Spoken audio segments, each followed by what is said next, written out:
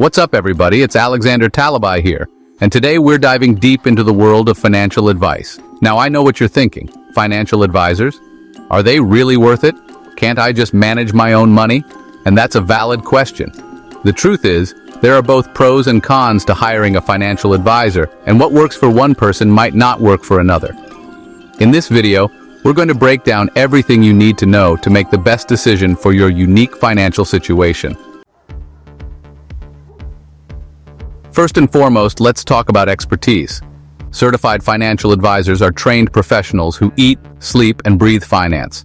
They understand the ins and outs of the market, different investment strategies, and how to build a solid financial plan. Now, you might be thinking, but Graham, I watch your videos, I read books, I listen to podcasts. I'm pretty financially savvy myself.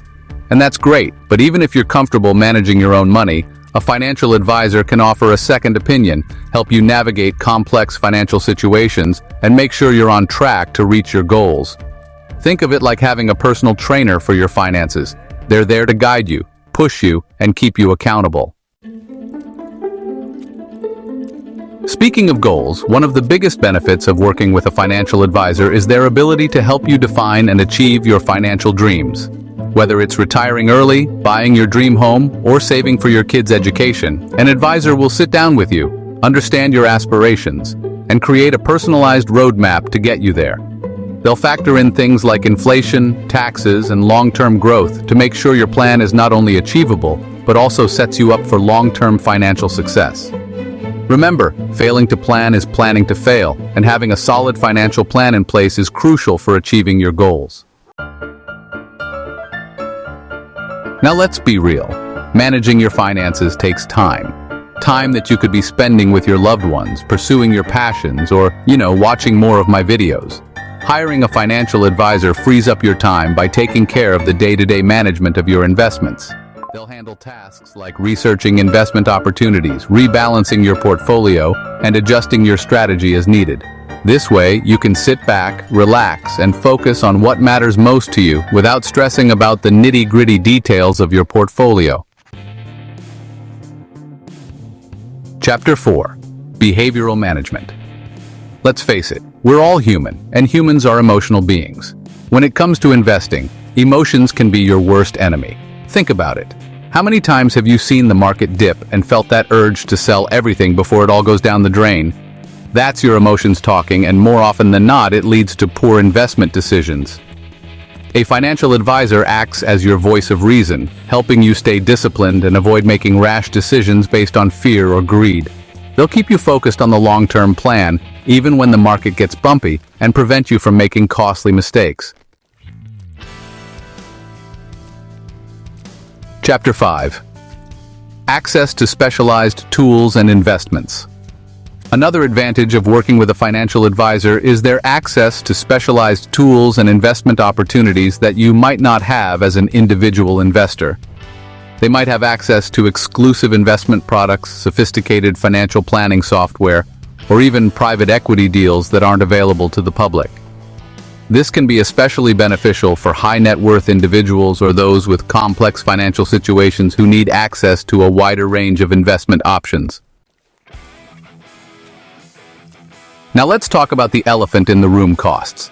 Yes, financial advisors don't come cheap.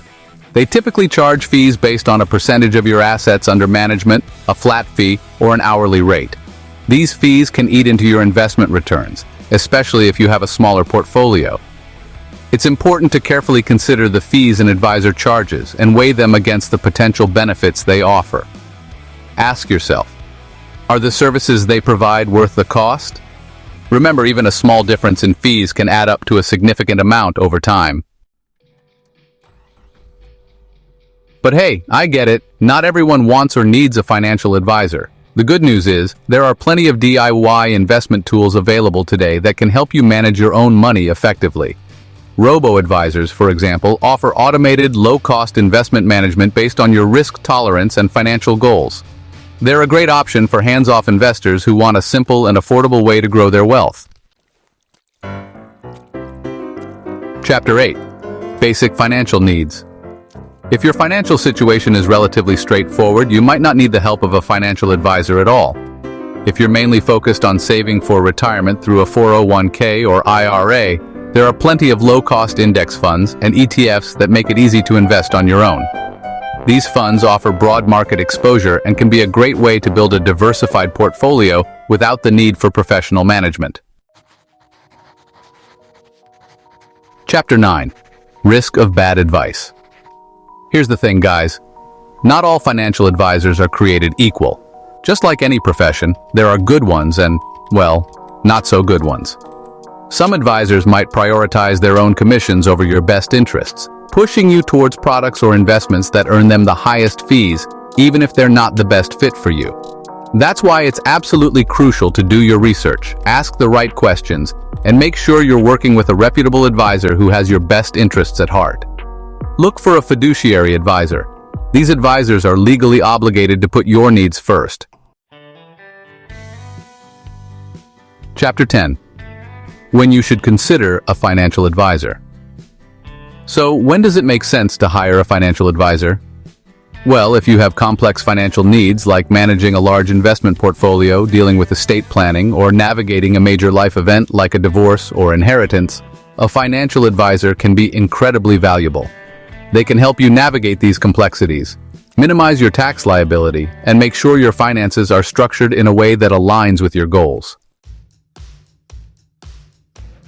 Ultimately, the decision of whether or not to hire a financial advisor is a personal one. There's no right or wrong answer, and what works for one person might not work for another. Weigh the pros and cons, consider your individual needs and circumstances, and don't be afraid to shop around and compare different advisors before making a decision. Remember, your financial well-being is in your hands, and taking control of your finances is one of the best things you can do for yourself and your future. Now go out there and make smart financial decisions.